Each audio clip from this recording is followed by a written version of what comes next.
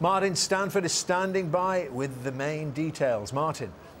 Dermot, the Chancellor said this was fiscally neutral in the jargon. It means he's taken some money from here and put it back there. The overall envelope, the sums of money stay roughly the same, and there's some frightening borrowing figures to show you a little bit later on. But in terms of the measures, well, as you mentioned, let's have a look at them. Here's our top 12, if you like. The tax-free income, that target the Lib Dems put into the coalition agreement, £10,000 you can earn before you pay any tax, that is going up and going to come true in April 2014. Public sector pay, though, that will help people on some salaries, but the bad news there is that the pay cap, they've had only rises of up to 1% for the next couple of years. That's going to extend into 2015 as well. The exclusions for that are UK military and civil service personnel in Cyprus, where special arrangements are being made for this week. Other measures, the fuel duty rise, petrol, of course, that's been an item of contention, hasn't it? It got postponed, then it got cancelled this year. Next year, the September rise, due to kick in, has been cancelled altogether. Forget about it. And the Chancellor had some good news for beer drinkers. There was an escalator involved in alcohol beverages as well down the pub, and he says no, the 3p that might have kicked in is not going to kick in at all. In fact, I'm going to cut government tax on beer. It's going to be a penny a pint cheaper from Sunday evening. All this matters, you know, because the inflation numbers for the government haven't been particularly encouraging. We were supposed to be at 2.5%, said the bureaucrats in December.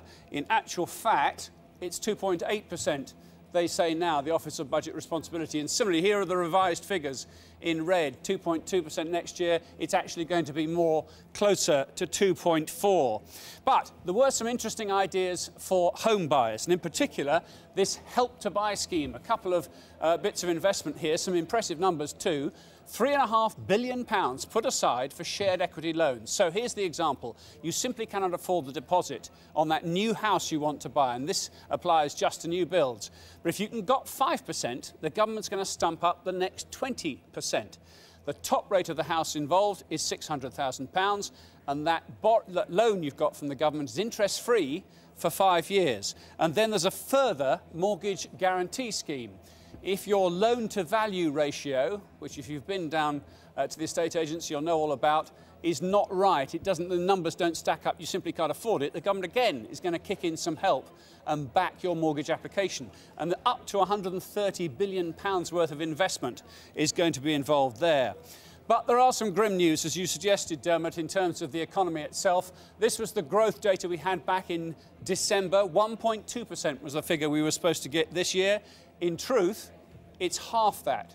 The economy's only grown by 0.6%. Next year, you can see we were aiming for 2. Now they say, the statisticians, it's going to be 1.8. Only in election year does the outcome of growth of 2.3% look a little bit likely. And some other bits of information to tell you about. The national insurance. Now, this is a new allowance. Once again, addressing a problem in the employment sector. If you're a small firm looking to take somebody on, you might be able to afford the salary, but you also need to pay the national insurance contribution on that employee. The government have cancelled that. Up to £2,000 will help. And then the corporation tax rate is going to come in at 20p in another couple of years. That's a single rate right across the piece from major company to the smallest firm in 2015. The government, the Chancellor said, that makes it the best, most encouraging environment of any country in the world. But, you know, we are still borrowing one heck of a lot of money. Let me just leave you with the rather depressing figures. These were the December trajectory of how much as a proportion of national income we were borrowing. We've got the new numbers now, and this is the new trajectory. Look how the borrowing goes up and up. 82, 85% of national income, 85.6 here in the year 16-17. Only then does it start to tip down. And we have to bear in mind that by then, this number will have grown still further. Already, we're borrowing £1.2 trillion. Let's give you a sense then. Let's hear from the end of the Chancellor's speech how he characterised